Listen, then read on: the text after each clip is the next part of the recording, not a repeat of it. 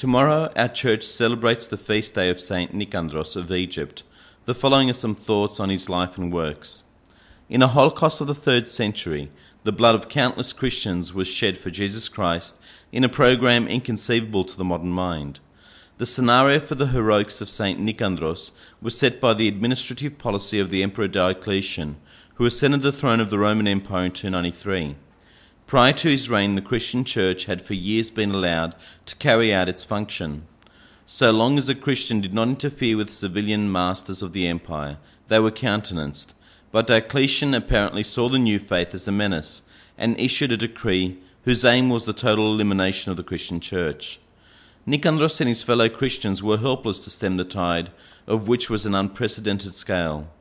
Although Nikandros himself was to die before the full fury of the persecution had been spent, he was to counter his action in his own limited way by slowing the brutal process down.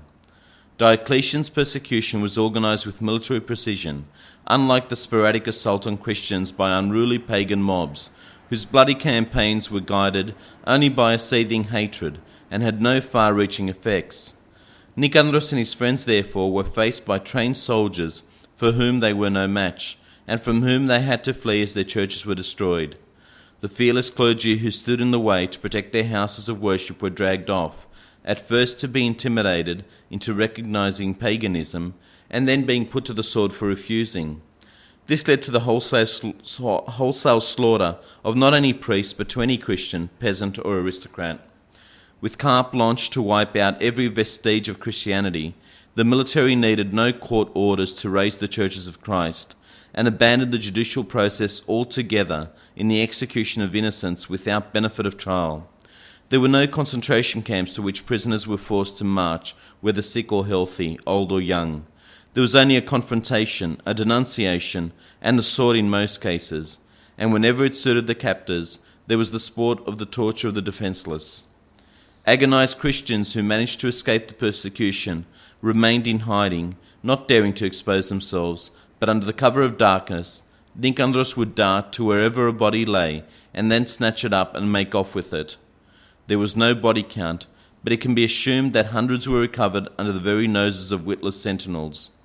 It was not uncommon for Nikandros to recover, in the course of one night, not one but several Christian martyrs, each of whom had a Christian burial. Although there were mass murders, there were no mass burials. The very least that could be done for each fallen martyr was to give him his own private funeral service before being committed to the Lord and placed in an honoured grave. At one point, Nikandros had boldly recovered so many Christian bodies that there remained little time for individual services and interment. A proposal was made to depart from church requirement that the body be returned to earth intact, and as a matter of urgency and expediency to cremate the bodies. Nikandros staunchly opposed this, since the church had forbidden cremation in accordance with St. Paul's admonition that the body is the temple of the Lord. To burn that which housed the soul was the equivalent to burning churches, which was precisely what the pagan state was doing.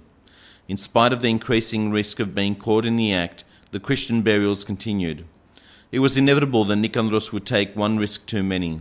He was captured, tortured, and in a final act of infamy, beheaded. He gave his life for Christ on the 15th of March, 284.